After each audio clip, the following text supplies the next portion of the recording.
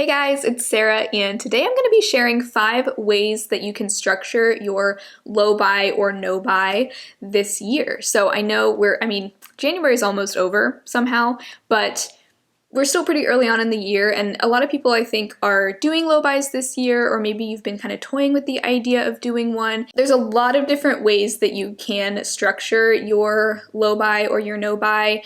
It really kind of depends on, honestly, your personality, how much flexibility you like to have, or if you like really strict, hard and fast rules. So we're gonna go over a bunch of different ways you can do it. My personal favorite tends to be the kind that's a little bit more flexible, kind of fluid. Things can kind of shift as my mood changes throughout the year.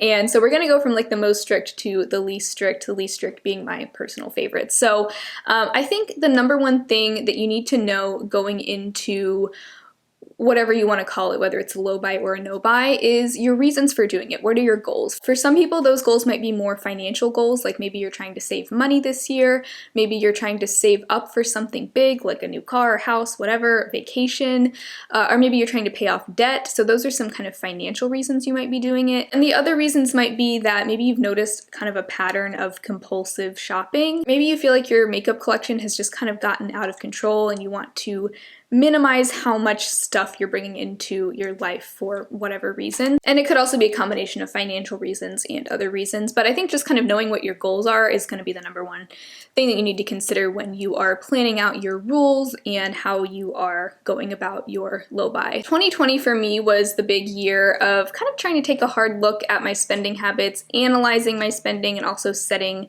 some specific rules for myself. And for me, the reasons were there were multiple reasons, but one of them was just wanting to save more money, not spend as much money on things I don't need, and also maintaining a fairly curated collection because that is what makes me the happiest. I like having a somewhat minimal lifestyle. I wouldn't call myself a minimalist, but I do try to just be mindful of what I'm bringing in and not letting things go to waste. So those were my personal reasons. So let's go ahead and get into the 5 ways that you can structure your low buy for yourself. So starting with the strictest way, this would be a complete no buy. So this means you are absolutely not buying any new beauty products, and you can decide whether it applies to makeup or all beauty, so makeup, skincare, hair care. It's your no buy, so you get to make the rules, but for me, a completely strict no buy has not ever really been my style, although in 2020 I did do a pretty strict replacement only no buy for the last 3 months of the year. I did have a couple of little exceptions here and there, but for the most part, I would call what I did a replacement only no buy. So if you are doing it this way, you can decide whether you want it to be a complete no buy or a replacement only no buy. Personally, I prefer the replacement only because then there's a little wiggle room, especially if I run out of something like mascara, moisturizer, things like that, or things that I run out of pretty regularly. But if you're the kind of person that has like tons of products on backup and you're never in a million years going to use up things in a year before you need to repurchase something, then you may want to put yourself on a complete no buy. Really just depends on you and what your collection looks like. And that is the first way. That's the most strict of all of these different methods. And then the second method is also pretty strict, but it does allow you to still purchase new items here and there, and this is called the 1 in, 1 out low buy. You could also do a 1 in, 2 out, or 3 out, or whatever works best for you, kind of depends on your collection. Once again, this is where you are only allowed to purchase a new item once you have either used something up or decluttered something. And I think it can get a little bit tricky when you are also including decluttered items in the 1 in, 1 out rule, because then maybe you're gonna feel more tempted to declutter things just so you can buy new things. So you can decide what works best for you. This could work really well if you're also a project planner and you're really making a point to use up products in your collection. And if you are already happy with the size of your collection and you just kind of want to maintain that size, this is a really good way to go about it. And honestly, I'd recommend for all 5 of these types of low buys that you take inventory of your makeup collection before you decide your rules, because if you've never done a makeup inventory before, it is very eye-opening. This is where you just count each makeup item in your collection by category, and you can really get a sense of what your largest categories are, where you might be comfortable with adding a few new things to your collection, or where you feel like things are out of control, and this can help you decide what your low buy rules are. And really it's helpful no matter which format you decide to go with, but especially for the one in, one out, definitely take an inventory first just to kind of see where you're at, where you're starting. And if you're happy with the current size of your collection, then I think the one in, one out rule is a great way to go. Number 3 and number 4 are more kind of money based. So method number 3 is setting a budget. This is what I did in 2020. I set myself a beauty budget for the entire year. You may find that a monthly budget works better for you. I kind of, like I said, I like things to be a little bit flexible, so I set myself a $900 beauty budget for the entire year of 2020. And so that allowed me to have some months where I'm not spending as much, some months where I'm spending a little bit more. It just kind of depends. I think where the monthly makeup budget can get kind of tricky, let's say you set yourself a $75 monthly budget and one month you really only end up spending $50, you might feel kind of pressured to still spend the full $75 even if you don't need to. So that's where that could get tricky, but again, you need to think about your own personality and how, like, what works best for you. But I would say the budget was really helpful because I was tracking every single purchase, and that way by the end of the year I was able to look back at all my purchases and think about, okay, which of these purchases did I regret? Which of these were like really well thought out purchases that I'm glad I made?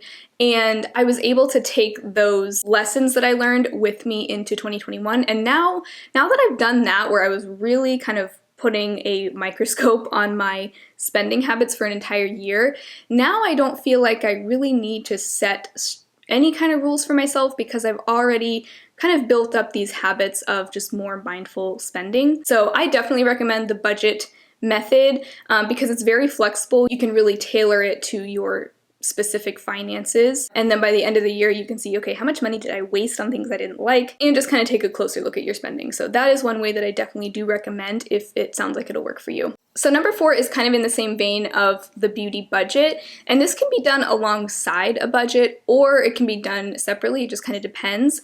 But this is either a cash only or in-person only spending rule.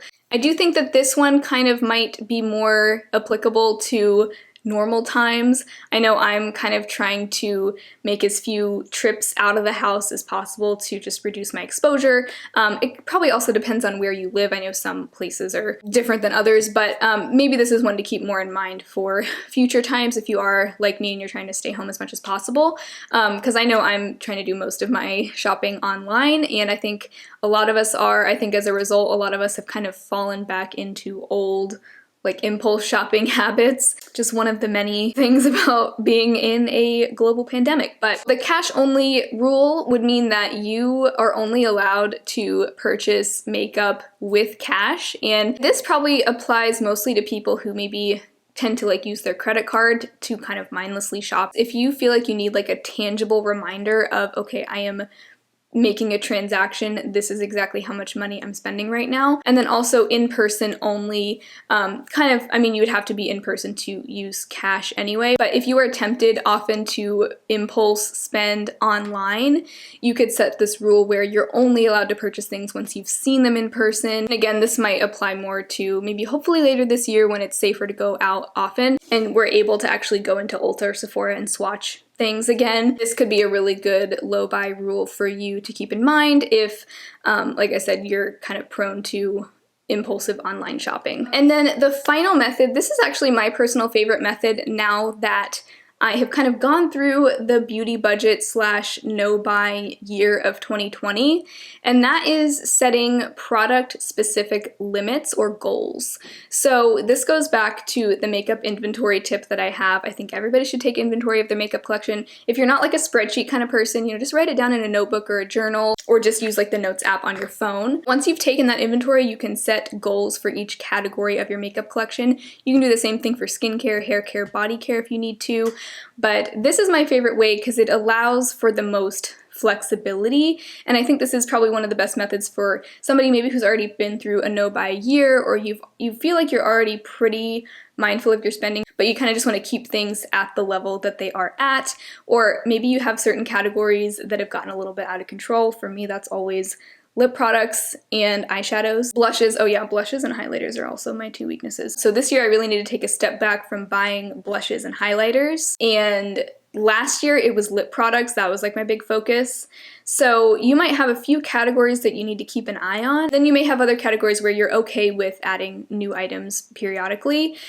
Some people like to do like, okay, I'm only allowed to buy 4 eyeshadow palettes this year, or I'm only allowed to buy 1 eyeshadow palette a month, or insert any makeup item. You know, could be lipsticks, blush, whatever. You could set those kinds of rules for each category depending on your inventory numbers. So that is my personal favorite way to do a low buy, and it's very customizable. You can make strict rules or looser rules. For me, the looser rules always seem to work best. So those are the 5 types of low buys that I wanted to share today, but I would love to hear from you guys down below if there are any other methods that I did not mention here that you would like to share. I'd love to hear how you are keeping your spending in check this year, or maybe how you've done it in the past. But if this video was helpful, make sure to give it a thumbs up and subscribe to my channel if you've not already. I upload every Tuesday and Saturday, and sometimes I sprinkle in bonus videos here and there, so I'd love to see you again very soon, and hopefully I will talk to you in my next one. Bye!